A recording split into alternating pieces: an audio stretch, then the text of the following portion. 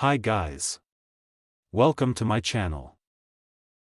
In this video, you get the basic steps to set up your NETGEAR Orbi 770 series, Tri-Band Wi-Fi 7 mesh system. Let's start the setup process. First of all, download and install the NETGEAR Orbi app on your mobile device. You can download the app from App Store or Google Play Store.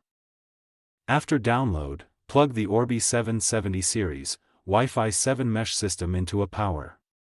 Connect the Orbi 770 main unit router to your modem with the help of Ethernet cable. Use the yellow Ethernet port on the back of the Orbi router. Then plug router and modem into a power outlet. Now, wait up to 3 to 5 minutes.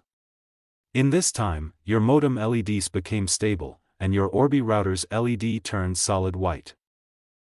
Now, you need to connect your mobile device to Orbi 770 series Wi-Fi network using a network name and network key, which is available in the back side label of your router. Then launch the Orbi app. Now log into your app and then tap Set up an Orbi. Follow the on-screen instructions to set up router and satellites.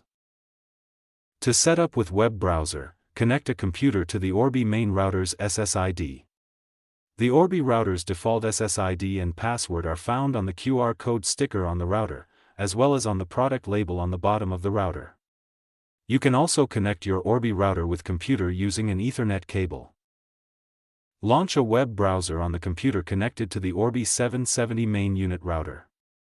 Then, enter orbilogin.net into the web address bar. Then you will redirect it to the Terms and Conditions page. Read all the terms of service if you want. Otherwise, simply agree and click the checkbox and then click Next. Your Orbi router now detects your internet connection.